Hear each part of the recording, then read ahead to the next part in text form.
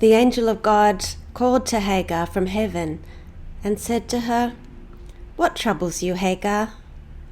Do not be afraid." Well, I would like to tell you a story this morning. And, I don't have a costume, and not an appropriate costume. And I can't do accents, so I'm going to have to ask you to use your imagination. I've used a little bit of poetic license, but mostly it comes straight from the Bible. So here goes.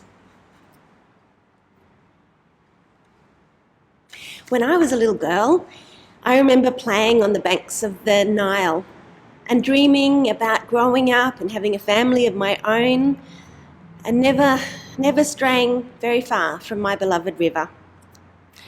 But one day, ugly men came and killed my parents and made me go with them.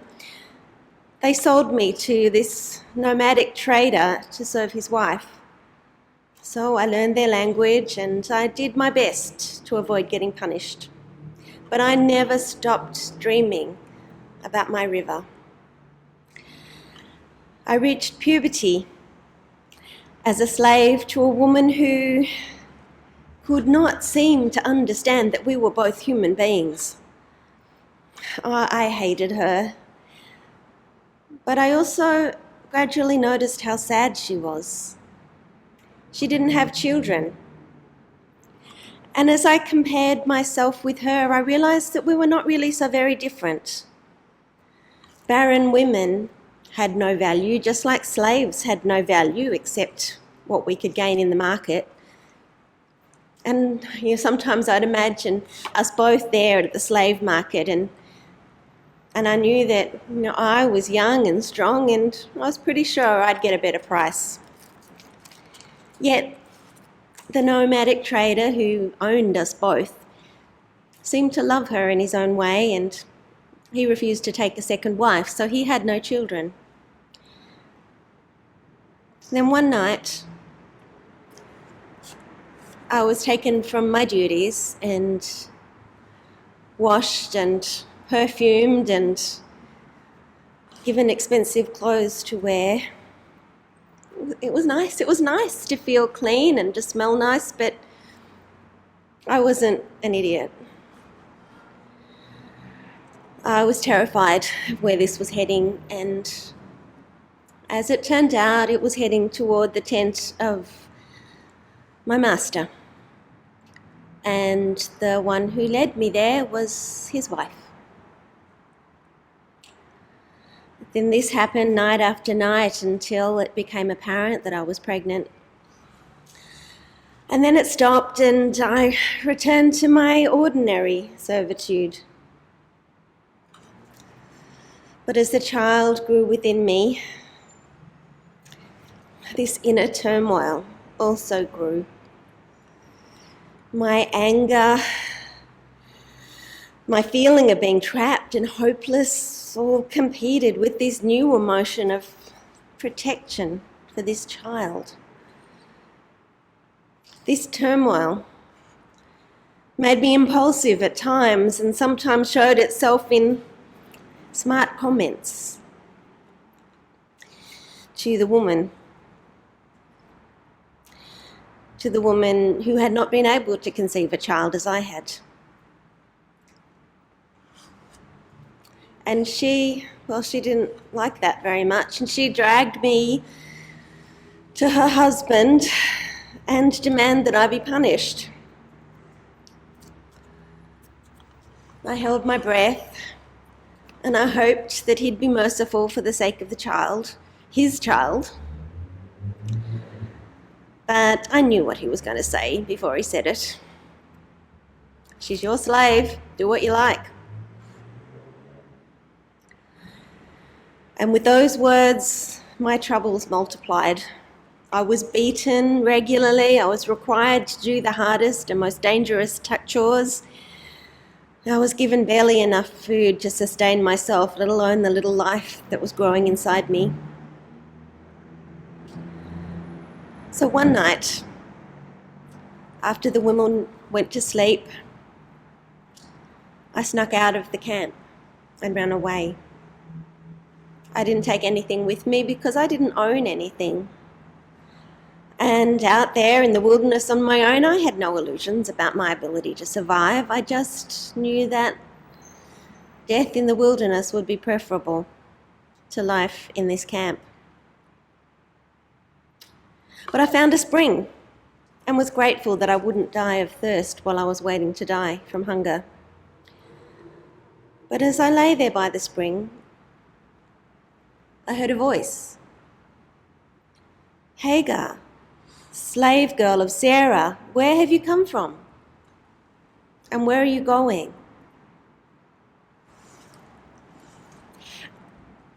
How did this person know my name, and why did he care about where I'd come from and where I was going? But as my eyes met his, I knew that I couldn't lie. I'm running away, I said, from my mistress Sarah. And then this man with the kind face said the hardest words. He said, return to Sarah and submit to her. But I think he must have read my thoughts, because he quickly went on to say, your son will be born, and I will make of him an enormous family. You will be the mother of many more descendants than you can count. You will call your son Ishmael, because the Lord has heard your story and seen your suffering.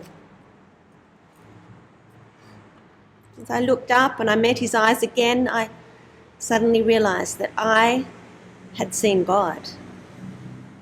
I'd seen God, and yet I survived. And so I returned to Sarah and did nothing to provoke her, so that my son could have a home to be born into. He was born at last, and surprisingly, Abraham agreed to the name of Ishmael. God hears. And so my son grew strong and wild, and the most beautiful creature I had ever seen. And Abraham became attached to him for a while. But one day I noticed a smug expression on my mistress's face, and eventually started to notice the roundness in her tummy. And in due course, Sarah gave birth to a son, and Abraham named him Isaac. For a while, neither Abraham nor Sarah took any notice of Abraham's first son, and I hoped it would stay that way. But Isaac grew, and he learned to walk, and he wandered from his mother's tent, and one day Sarah found him playing with Ishmael. And she snatched him up and took him to Abraham and demanded that I and my son be thrown out of the camp. Isaac must be Abraham's only son. And so, early one morning, Abraham gave me some bread and water and sent me away. And so once again, I was in the wilderness without hope. But this time I couldn't find a spring, and I ran out of water. And Ishmael began to cry, a weak, parched little cry. I didn't want to watch him die, so I put him under a bush and I walked away. Just far enough so that I didn't have to see his weak little body.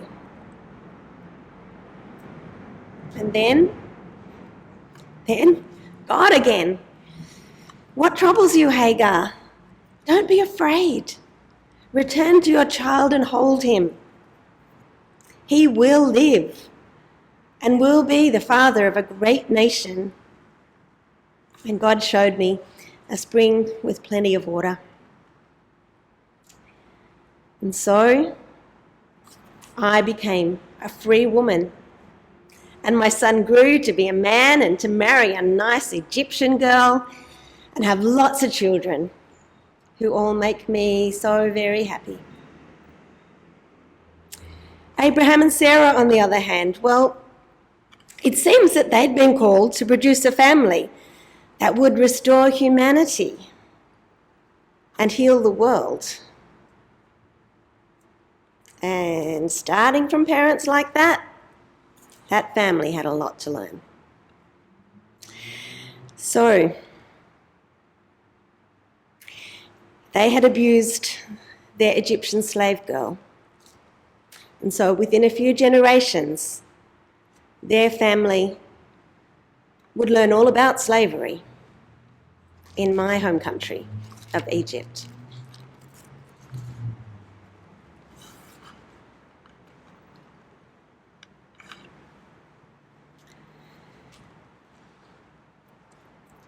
Well, I hope you think that it's illuminating to look at this story from Hagar's perspective, from the perspective of the victim.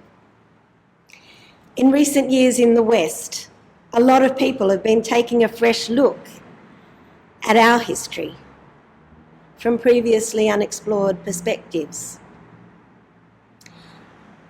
By imagining, for example, what colonisation would have felt like from the perspective of the colonised, of the Indigenous peoples, rather than the colonisers. And in the last couple of weeks, some statues around the world have been toppled, as crowds have declared that certain people should no longer be held up as heroes. And I'm quite sure that even in our little congregation, we're going to find that there's a range of opinions on those sorts of actions. And I am not going to suggest that we pull down statues of Abraham, even if we had any. But what I will say is that many of us learned the great stories of the Old Testament when we were children. We learned them in Sunday school. And so the dark and unsavoury aspects of those stories were often overlooked, and we were simply told to look up to these people like Abraham as heroes. And if that's all we do, then we've missed the point of the story. To really make the most of these stories, we need to enter into them from all perspectives. We do need to see Abraham's perspective. We need to look at ourselves as Abraham, waiting decade after decade for God's promise to be fulfilled, wondering if God had really spoken at all or if we were just hallucinating. And we do need to see ourselves as Sarah, feeling the shame of thinking it was our fault that God's purposes seem to have been thwarted, trying to find some other way to make it happen. But we also need to see ourselves as Hagar, as the victims caught up in the sin and faithlessness of others, as the one bearing the consequence of other people's abuse of power. And if we have ever been abused, rejected, or powerless, we can take great comfort in noticing that Hagar seems to be God's favourite character in this story. And if the Abrahams and Sarahs of the world leave us to starve in the wilderness, then we can be sure that God will find us there. And when we look at it that way, we can read Romans 6:1 in a new light. Should we continue in sin in order that grace may abound? Was it okay for Abraham to send Hagar away because God had told him that God would take care of her? Should we allow just injustice to go unchallenged in our lives and in the world because we know that God is on the side of the victim?